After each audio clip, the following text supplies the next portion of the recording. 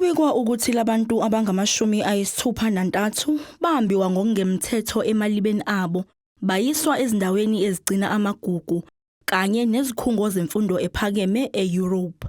Eminyakeni engaphezulu kwamakhulu amabili edlule, izindlu ezingaphansi kwesizwe samaKhoi namaSan zithi lokhu kufakazela umlando wokuthi abamhlophe babengabaphethe kahle abampisholo. They saw our people as animals, they saw our people as things that need to be shown to the world as something strange, because why else would they dug them up and take them overseas? Umengameli uRamaphosa uthi kuseduze ukuthi amaKhoi namaSan bahlonzwe njengesizwe esikhona eNingizimu Afrika.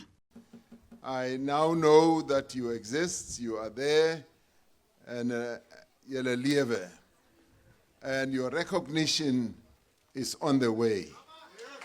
It's on the way. Amazwe ase-Europe okubikwa ukuthi enza inzuzo ngalabantu kumele anxephezele eNingizimu Afrika.